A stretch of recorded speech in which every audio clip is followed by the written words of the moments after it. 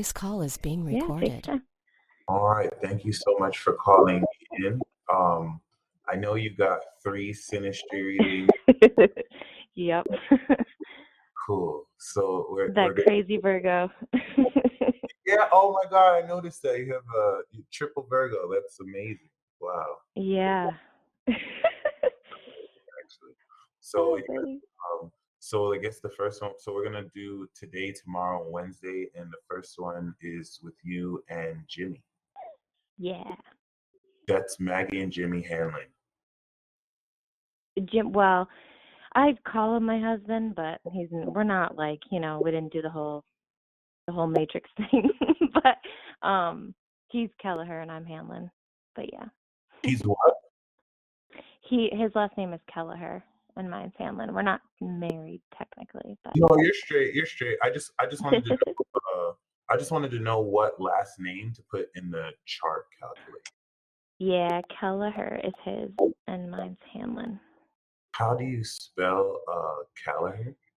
Kelleher, Kellelleher.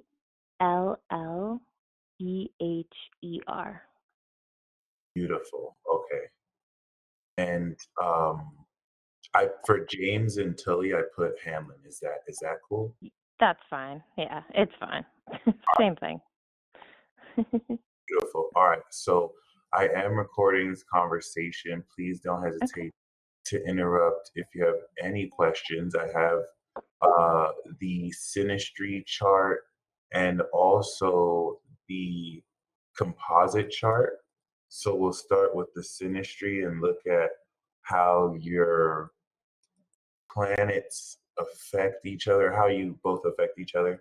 And right off the bat, well, first of all, it was very fascinating to see that you were born in 91, and I like that he was born in 95 because those Yeah. are 2 pivotal years, and he was born on a full moon, and he's an alien.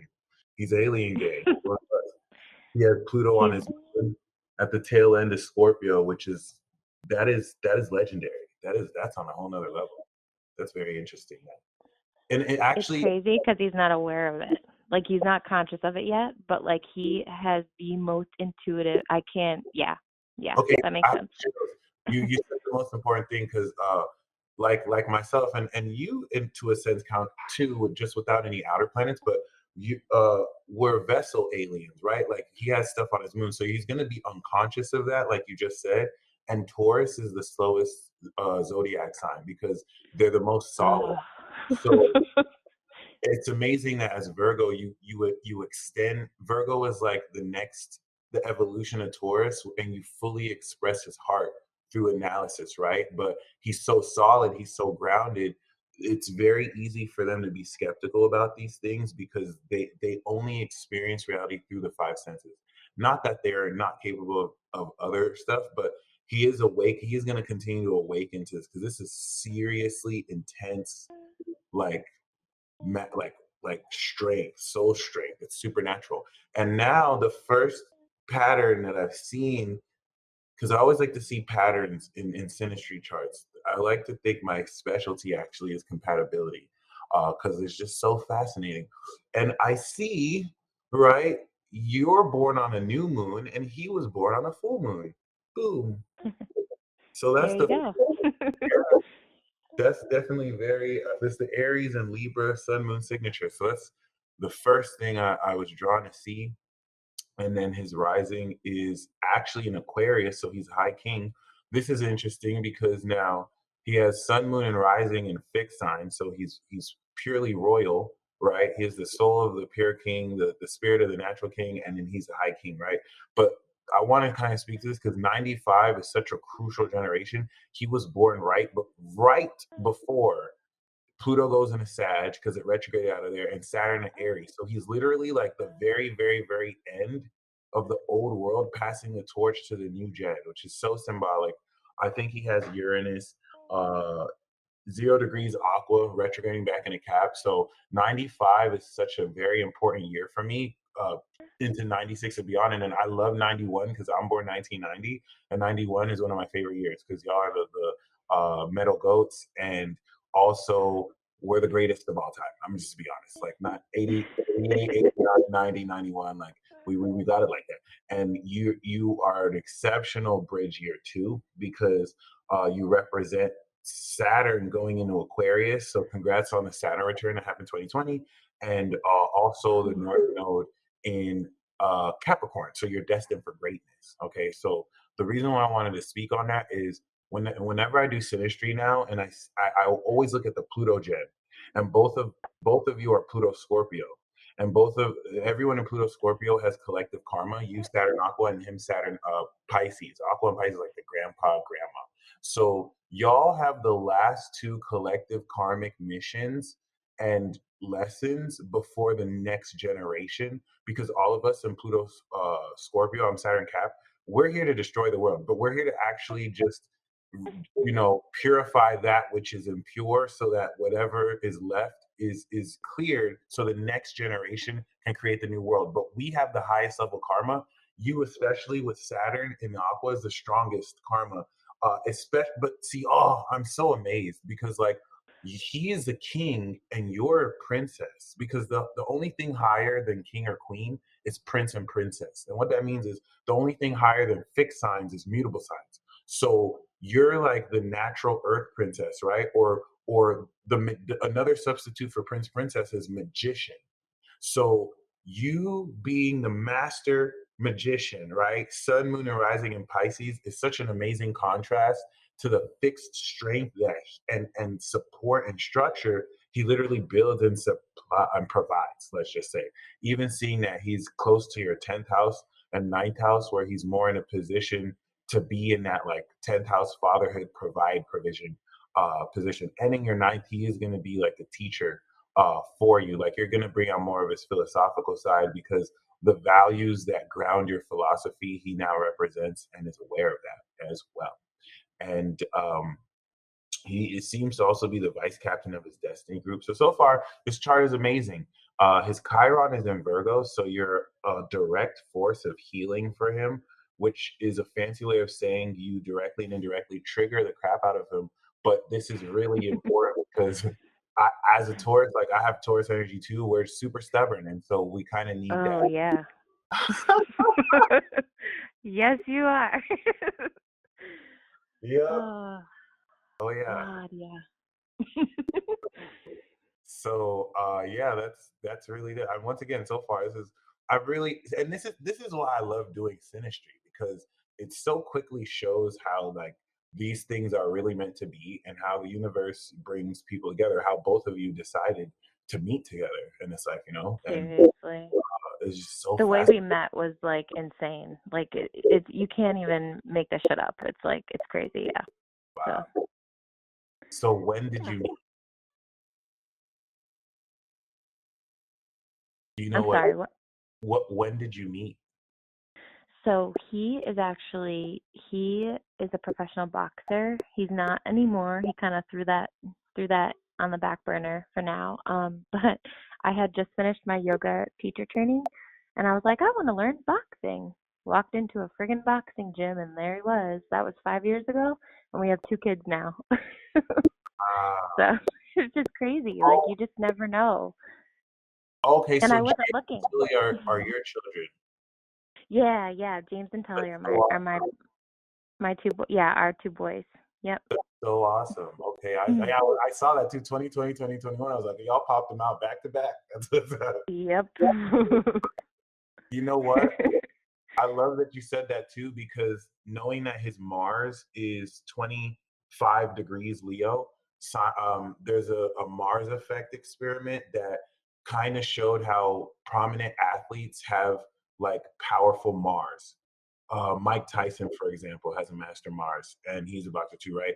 It was to the point where some scientists wanted to replicate it to debunk it, and they ended up proving it right, like some French scientists. So I really appreciate you saying that, seeing that he has like a master Mars and Leo of performance and like strength. He's super strong, and it's actually where your Mars is. So Venus is. So Mars and Venus is such excellent compatibility. It's like it's hard to ever lose that attraction to love because it's so passionate. The way that your heart passionately expresses, you love his desire for you. But your Jupiter is here too, 29 degrees Leo. Jesus Christ, and it falls in a very hidden place, right? The house of bed pleasure is here. So this 12th house, correct me if I'm wrong, because I've been curious about this. His Mars falling in your 12th, does that really make for this sense of like hidden romance where like he's not necessarily as open towards showing this because he might, since it's in his seventh and your Venus falls in his seventh, which I'm going to get to because now he sees you as an ideal partner. But since it's in your 12th, I want to see how that hidden aspect plays out. Like, especially when it comes to affection or desire. Is this someone who maybe when you started connecting, it was more private? Yeah, he did. Now that you say that, that makes sense. He was definitely kind of like, I mean, he was always obsessed with me, let's be real, come on. But no, I'm just kidding. But he he was he was definitely more private about it. And it's not even that he's like more in the open now, but he's definitely more private, but he's very, I mean, he's Taurus. He's a lovebird. Like he's very touchy-feely in certain times, like it depends. So yeah, like he was pretty private.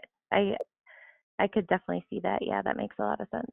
Thank you so much for confirming that. Because in your 12th, because the 12th house is like, um, it's privacy. It's very sexual Yeah. too. But like anything in your 12th means that, like, if it was in your 10th, this would be more public. And that doesn't mean that he doesn't want to be seen public with you at all. It's just more when it comes to sexual desire, it might be something that's more that and I would say more when you first met versus now that you've been with each other for years, but very fascinating because once again, you have Jupiter there. So to know that that's how you met, like that Leo portion of your chart is so passionate. Like that's the fireworks there. Yeah. And he has Venus in Aries, so that connects with his Mars. This is someone who, even though he's grounded and has a very pure soul, he's very exciting. He's very passionate. He loves the adrenaline. So knowing that he did boxing means a lot to me. His MC and legacy in Scorpio is on his soul. So he's someone who is here to transform whatever he does and to Mm. feel into the intensity of his legacy. And knowing he's born in 95 is lit too because he's coming into a Saturn return. And 90, Saturn and Pisces are so amazing. My youngest sister is born 94, 94, and she has Saturn and Pisces. She's studying to be a brain surgeon, but she also is an amazing singer. So like Saturn Pisces people I learned are just like the creme de la creme, really. Like they're really like, I don't want to say crystal children, but like they're really purely talented, like 95, 94, 95. And it's cool because the South Node has gone over his MC and the North Node's on his sun. So he's literally manifesting his destiny as far as using his previous success to come into greater grounding, which is also unlocking pure abilities of you, but because he has his nodes here, this is a huge coming of age. But your Venus, Jupiter, and Mercury are in his seventh, so you upgraded his relationship. For example, I learned that Kim Kardashian, despite their divorce right now, like before all that kicked off, she did remark how Kanye West like upgraded her life, like changed her fashion and kind of like evolved her. And I learned Kanye West has his Jupiter in her seventh house as a Sag rising. So to see that you have that in his seventh house would show that, given how vibrant, because as a Virgo rising, now this 12th house Leo is very legendary.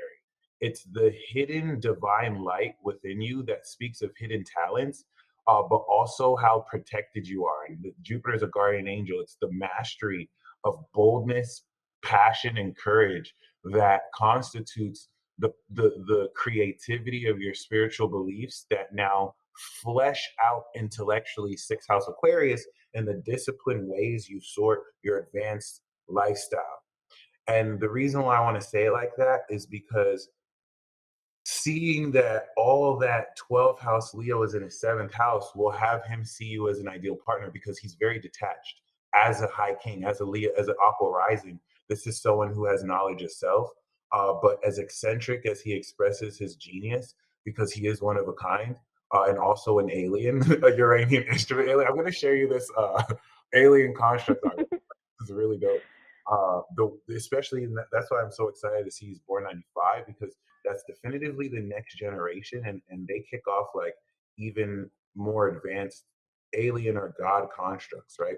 So I'm going to put the link to the article, and then I'll share the excerpt for Uranian instrument and Moon Saturn. But all this in your seventh, you complete his detachment with the courage and, let's just say, the passion that goes into how fun and then also how dynamic you can hold space with him here. So you bring a lot of into the table with how the knowledge of him is completed by how uh, vivacious you stimulate and pull out his heart, because it's amazing you have that Leo aspect, and then as a Virgo you're also fifth house to his Taurus, which is also another Leo aspect, which is also, tied to child making. And so that's really amazing because Virgo and Taurus is such an amazing combo. Taurus loves Virgo. Oh my gosh. As a Taurus rising, I have my fifth house in Virgo. So I kind of understand, like, if y'all are the richest, then Taurus is the most solid. So like Taurus knows that y'all are gonna be consistent and reliable, and they're not gonna be flaky, inconsistent Libra or Gemini or just like wild Sagittarius. It's gonna be like just right Virgo. But then Taurus also, you know what I mean, is like, I'm not gonna say the guru, but Taurus enlightens Virgo about through a grounded philosophy, if I can say so. Oh Like, yeah. Hell yeah, you can say guru for sure. Yes. oh, awesome, good to know. Yeah. Confirming that. And That's then that's house, legit. Yeah. I really thank you for confirming. The ninth house is such. Everyone who I've met in my ninth house has been a guru to me too. Like especially in Taurus, like with Scorpio, the pure gold that he's gonna with his Midas touch, like just drop gems on you. Like it's really cool. It's gonna really guide your philosophy, and it's also gonna bring you out of your comfort zone into opening career opportunities because his Mercury's in your 10th. So he'll always have amazing or brilliant ideas towards at least discerning the right message. With energy like this, it's like you might want to have a message to put out to the world, and he can like edit it, he can like spell check, he can like help you form that, because this is someone who could easily manage your career too if you needed to, or definitely like guide you on that path. And then Jupiter in Sagittarius, he has in its dignity, he has Mercury in its dignity, which is pretty awesome. Mercury rules Gemini, and it's Jupiter that rules Sag in your fourth. So correct me if I'm wrong, but Jupiter in the fourth would it denote that he has expanded your living situation, probably put you in a place that's very extravagant. Oh yeah, I'm a stay-at-home mom. I don't have to do shit. Yeah. Yeah. We're looking for a house now. It's kind of crazy with everything, burning to the ground right now, and the market's insane, but yeah, we're living good. We're fine. That's Yeah, all. he's wild, and it's so crazy that you said he's grounding, because he went from boxing and a really hard childhood and all that stuff to now he wants to be like a fishing guide. He's also a Marine, so like now Mm. he's grounding it in such a, and he's so like he doesn't even know, and I'm like, you're so amazing and you don't even know. Like he's so chill about it too. Like he doesn't even know yet how amazing he is. Like he does, but he doesn't. You know what I mean? You're exactly right, because he's on the verge of his Saturn return. So like Yeah. his soul has just unlocked for the first time in a few, like, since birth, and he's coming into return his full power. So I think you nailed it, and I think it's amazing he was blessed with you because you really help bring out his full potential. Really. Concerning everything he's already mastered, because he was born a master. And then he has Yeah. Saturn on his you have your Saturn on his rising, so he's an instrument of your karma. See, okay, this is another thing. So he was born a full moon, you were born on a new moon, right? You got Mars, Venus, and I didn't even say, so okay, his Venus is opposite your Mars, right? But your Mars is conjunct his Venus.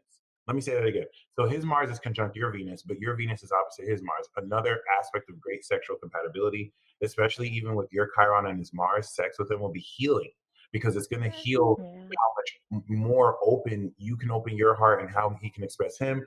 And then with his Venus in Aries, he desires more passionate activity, but it balances with your Mars and Libra, which is more social. And it's like, I like the Aries Libra, it's like Tarzan and Jane. But personally, uh, So we know that he's born on a full moon, you're born on a new moon. But then the other significant aspect is that your Saturn is right on his first house, and his Saturn is in your seventh house. So seeing aspects like this totally denotes soulmate quality, where you mirror like yin yang these aspects, because now he's going to embody your karma. He's going to be the instrument of your karmic lessons, while your Chiron heals how much he can open his heart. And then his karma Wow. is in your seventh house, which is going to anchor your partnership and basically speak to the commitment he has to you. If that makes sense. That makes 100,000,000% sense. That's insane because it's exactly what happened. Like we met and our whole worlds crumbled, but like in the best way possible. Holy crap, yeah. And he went through something with his family, and then a couple years later, I went through the same thing. Like he Wow. led the way. He embodied it first, Right. and then I Oh, watched and judged thank so you so hard, much. That was so and amazing. then it happened to me. I needed to hear Yeah. that. You just spoke poetry right now. That was amazing. Like you so much sense. Especially him leading the way. And then I just realized his Chiron is on your first house. So like he once again like this is what I referenced before, where like you may trigger each other or him, but like Oh yeah. he's gonna heal more your personality, and you're gonna heal more how he expresses his heart in relationships. Let's just say you both hold the key to each other, which is really symbolic. That's like wow, That's crazy. really, it's like uber romantic. And then both of you have Judo, the marriage and commitment asteroid, in Capricorn, which is really wild because you were born 91 and he was born 95. So that's like winning the lottery, in my opinion, where both of you Wow. have the same like commitment aspect. Except you're destined for greatness. So this now ties your destiny towards connecting with him in this fashion. And as a Virgo rising, you're taking the resources of your sincere connection with your friends and those who support you to come into independence this lifetime doing what you love, carping in your towns, which 91 I love because y'all destiny is so unconventional. Like y'all have a destiny path that no one else will ever have, in the sense where the stuff y'all are destined to do is to completely innovate the system and structure, but it's the weirdest and strangest destiny because it's the most supernatural. And then you have the queen ruler Juno as well. So that is really key. And the Plutonian aspect of this, his soul holding in as a vessel that he's awakening more like ever before is also going to be cool because Pluto's over his Neptune and Uranus, also awakening that. So yeah, he's going to be more and more aware of how Psyche is. And to be honest, Taurus does this. Taurus is a lot like Scorpio, where it's not like, see, he's very natural, right? It's not like he's faking anything, but like he's very, very, very understanding of the wisdom he has. Scorpio just keeps it secret. Like they kind of like, it's like Clark Kent. It's like, you know what I mean? Like they'll play it Yep. off, but I don't want to. But he also has the Taurus, so he's definitely naturally sincere.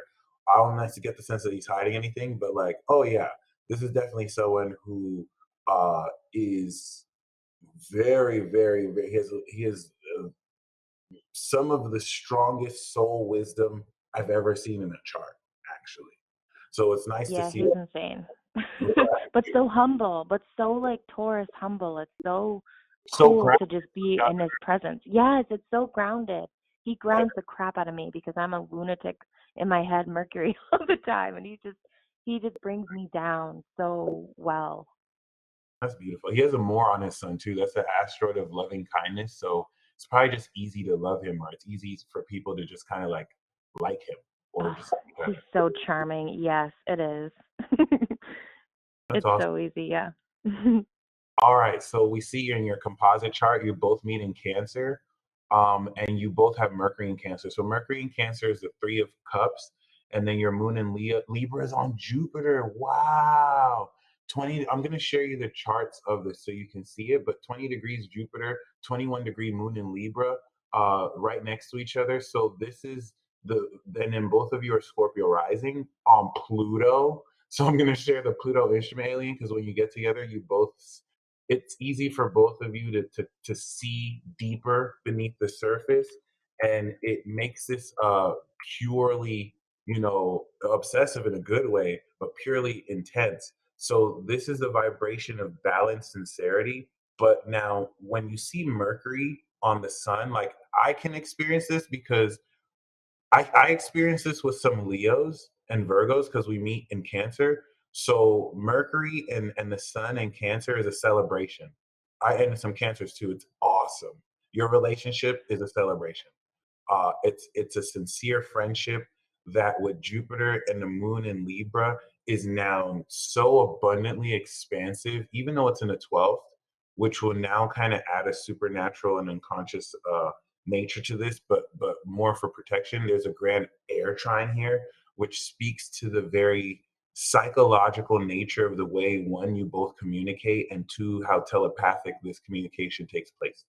Because Venus and Wow. Gemini, you have Venus and Gemini on psych. This is wow. Y'all chart is wow. Venus and Gemini on it's true. So when I see composite Venus and Gemini, to me, that's true love. It's progressed into Cancer, so that's a soulmate aspect, and it's a mutual love.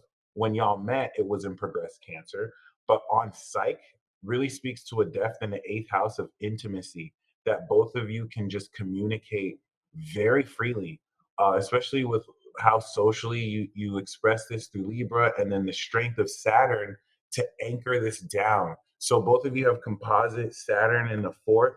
Jupiter went there last year, which would denote maybe you moved or are planning to move this year. And as this, returns, you're anchoring this autonomy of groundedness to create this cosmic family. And then Chiron is opposite this in a 10th, so it's healing how you express your energy socially, even though Chiron is where both of you have the Leo energy. So very, very powerful.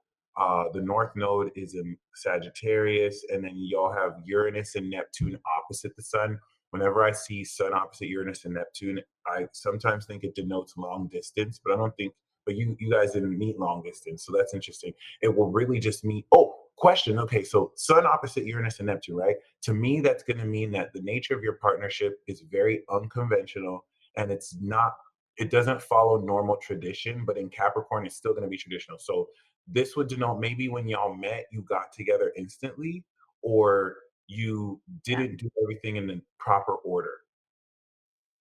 Yeah, it was like well, it took a little, we met and then it took a little while, but then it was like boom. And then that was it. It was like we've known each other forever. Yep, we're good. Like that was it. Yeah. Wow, that's awesome. And yeah, so that's a bit about the composite. Now, interestingly enough, I love that you got this reading now because your rising sign is in Scorpio together, and the South Node is unlocking the identity of this partnership to manifest in the seventh, the destiny of the partnership. So his sun is in the seventh. He's leading the partnership where your sun is in the 11th. So you're more aware of where the partnership belongs, what friends, Okay. with Mars there, you'll attract the community. So that's interesting because by May, this is going to define the new, nature and seeds of this partnership. And there's a lot of unconventional manifestations that will probably bring more wealth through him, which is really awesome, super awesome actually. Wow. So I'm going to send you this Yeah. report. But did you have any final questions at all? Oh no, it just all makes sense. So that's awesome. I appreciate this so much. No problem at all. And you stay blessed as always. Yeah. I can't wait to tell him he's an alien. He's gonna be like, no, you're Yeah. no. He's gonna be like, no, they don't exist. What are you talking about? I'm gonna go chop wood or something. That's awesome, though. It's such a confirmation because I knew he was. I knew he was an alien. So thank you so much. Yeah, this is awesome. Thank you.